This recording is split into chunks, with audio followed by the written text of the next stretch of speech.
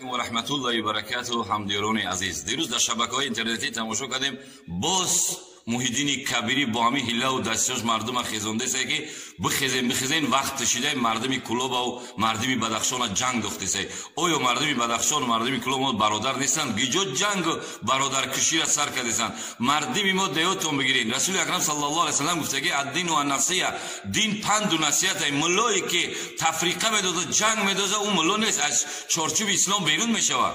چرا ملا باید هم باشه که مردم به صلح و ثبات دعوت میکنن؟ امروز محیدین کبیری میاد سوخت جدا میکنه، غرب جدا میکنه. میخوام ما با کی میخزیم جنگ میکنیم؟ آیا برادر مومن برادر مومن نیستن؟ آیا کلوبی بدخشانی و غربی سوخت همش برادر نیستن؟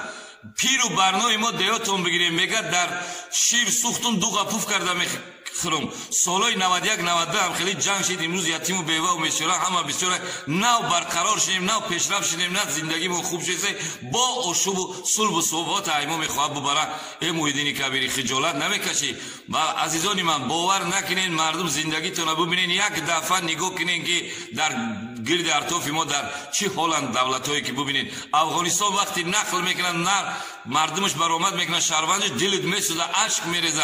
این زندگی تنج داریم ان شاء الله. خداوند تبارک و تعالی همین تنجی امانت ثبت 2-3 سال دیگه دنیا هم مجبور میگذره میریم پیشرفت شدیم. نه که دشمنای اسلام، دشمنای ملت، دشمنای دولت کاری کردن که باز همین جنگ جنجال بدوزن. التماس برادران گوش نکنین، التماس در همین زندگی آسایش دعا کنین. ان شاء الله هر کس جنایت کرده چی در بدخشان چی در کلوب چی در سوق باشه در پیش قانون خودش جواب میده. قانون نه اینکه برای یک چیز دیگه هم خونریزی را آشوب کنیم این زندگی مون از بین ببریم آسایش آرامیشونه. خدا پروردگار دعا کنه که دولتایی که جنگ جدال و سرگردانن این روزا را بر تاجیکستان ما نیاره. خدای این آسایش آرامش از ما نگیره. خداوند کریم در این زمستان خدا سخت خنک پروردگار مردمی تاجیکستان سرگردان نگردونه، یتیم و بیچاره را بسیار نکنه. خداوند کریم پروردگار همین آسایش آرامش داده در همین استقامت نصیب کنه. خداوند کریم نگهدار و مددگارتون باشه.